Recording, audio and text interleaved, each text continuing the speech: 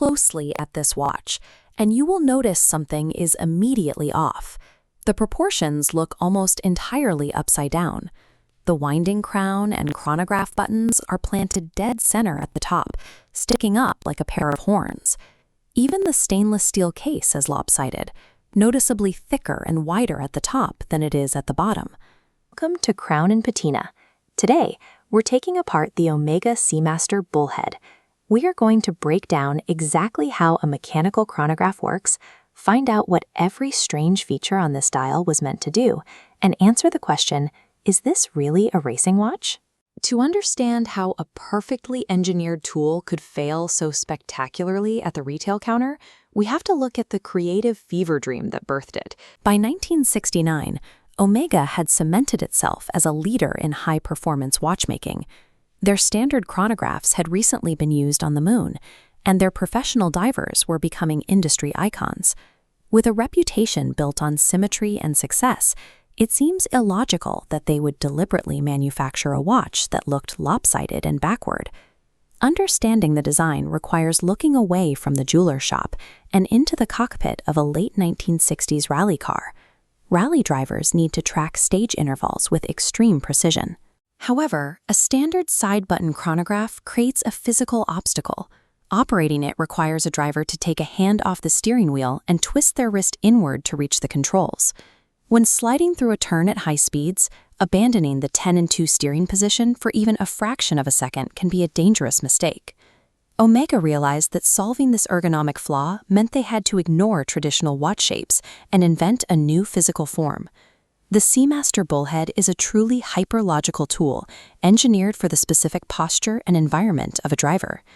The top-mounted pushers sit exactly where a driver's thumb rests, letting you operate the timer with a flick. The wedge-shaped case tilts the dial toward your face for reading at speed. Finally, a 6 o'clock crown controls a bezel to track stage times. Every detail that makes the Bullhead look strange to a casual observer is exactly what makes it functionally efficient in a race. Making that layout possible required rethinking the internal engine, the hand-wound caliber 930 movement.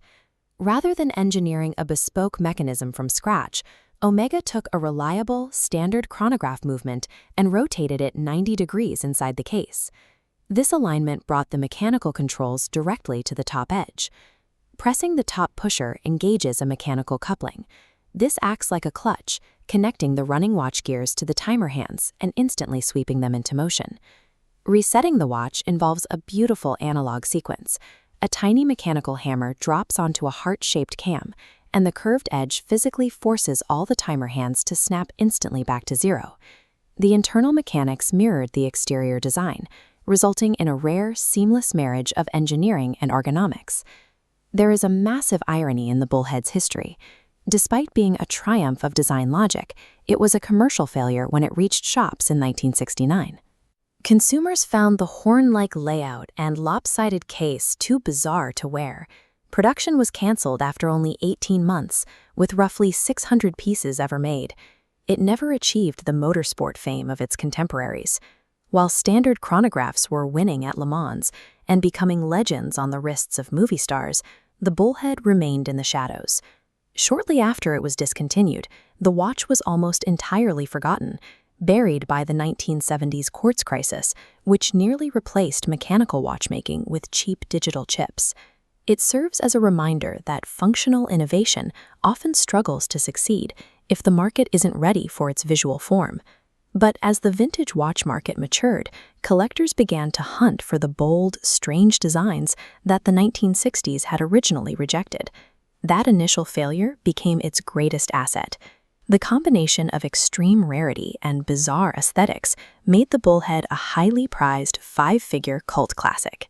Its legacy outlasted the fashion that once dismissed it, proving that the safest, most conventional designs are rarely the ones we remember decades later. The Bullhead offered an honest, deeply clever solution to a real physical problem. It shows that sometimes having the courage to look strange just means you were right a bit too early. Let me know in the comments. The Omega Bullhead proves that failing at the retail counter doesn't mean a design was badly made. Sometimes having the courage to look a little ridiculous just means you were right 50 years too early.